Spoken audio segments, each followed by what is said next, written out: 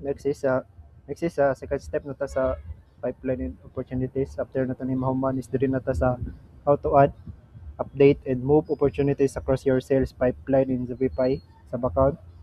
So inside the pipelines, click add opportunity to create a new deal card. Then fill in the contact name, pipeline stage, value, and close date. Then after that is i-drag mo siya and drop ang card from one stage to another as the deal progress. Then click on any opportunity card to update notes, tasks, or next steps. So after diri sa pipeline, nag-create naman ta diri ta sa tapad niya, click natin opportunities. And makita na to itong gipangbuhat na to ng mga pipeline, kaning new lead, contact, qualified, proposal sent, negotiation, and close deals or close. And sa top right niya, mag-create tag opportunity kay primary contact kani si Jan, name. Yan, i-fill lang nimo ni new lead. Example lang ni siya. Ano, 10,000. Ay, 10,000.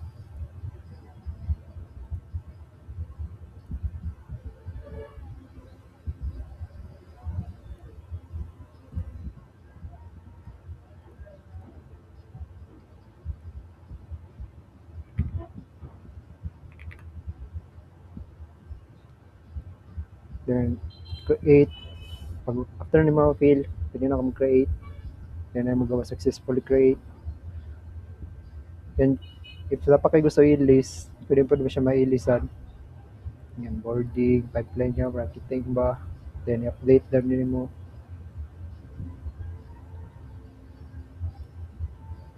Then, after that, dire, makita na tayo yung imuhang card. O ni, business name, click, opportunity, value, 10. Sample na siya. And, sa new lead, if umana ka ni, i-drag ni mo ni siya. Umana ka, contact ba, qualified ba siya, proposal sent ba siya, or negotiation, dragin mo siya, mga sa nakadapit na progress and close. Close. Sum-update din siya yung ano, yung kaning value, opportunity value. So yung ano lang siya, no? Yung pag i-click nimo, kung gusto nimo i-update to sa click lang nimo siya, kaning card nimo.